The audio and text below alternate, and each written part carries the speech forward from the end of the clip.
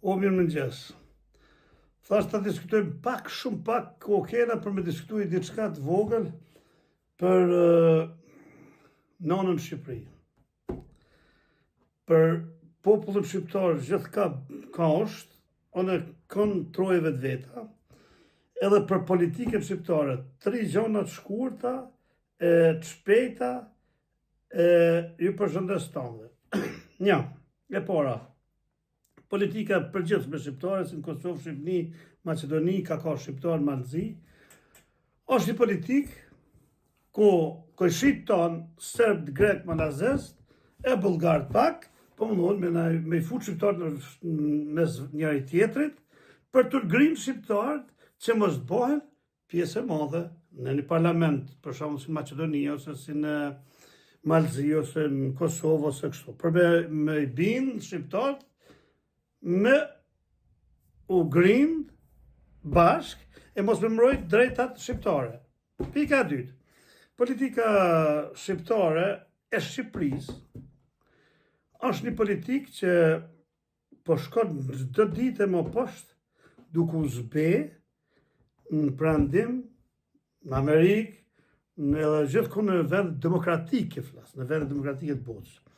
Arsyeja është kryeqendra e kësaj politike, mazhoronca e kësaj politike me kryetarin e saj Edi Ramon, i cili nuk po mendon për të heq krimin e organizuar prej shtetit, po mendon që të mojnë karrikin edhe 4 vite tjera. Një gjë shumë absurde, që nëse populli shqiptar vendos ata, me votë lirë flasjet një, vendos vullën e diktaturës re, diktaturës më të madhe që ka me pa populli shqiptar në herë njëtën e tij. E treta e përgjithshme është se dhe në Shqipëri, si në Kosovë, si në Shqipëri dhe në Kosovë, politika kosovare, një politikë shumë me nëllës politika shqiptare, pavarësisht prej disa elementëve që kanë morë ka Edi Rama, që ka vllai Vučićit, Edi Rama, kanë mori grim kraj dhe kanë mori diçka të ti. Politika kosovare është një politikë shumë me nivel më të lartë në gjitha trevat shqiptare si politikë.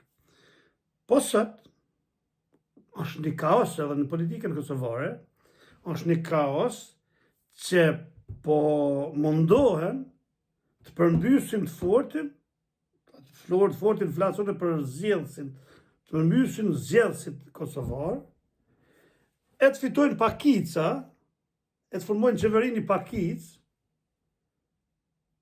e të lonë pas dore për shembull 2 milionë ose 1.300.000 votues që kanë votuar për një ide të tyne. Pra, është një rrezik që ju thash më përpara që kjo ka të bëjë politika serbo-modhe që u bën partive shqiptare për të mos më rënë dakord për të bën një qeveri. Kjo është për me u fut në probleme partitë shqiptare për me fitu Serbët, për me fitu diçka Serbia, me thonë që këta s'bojnë në shtet, që këta s'bojnë këta. E gjitha kjo mbështjell politikën shqiptare sot. Pra,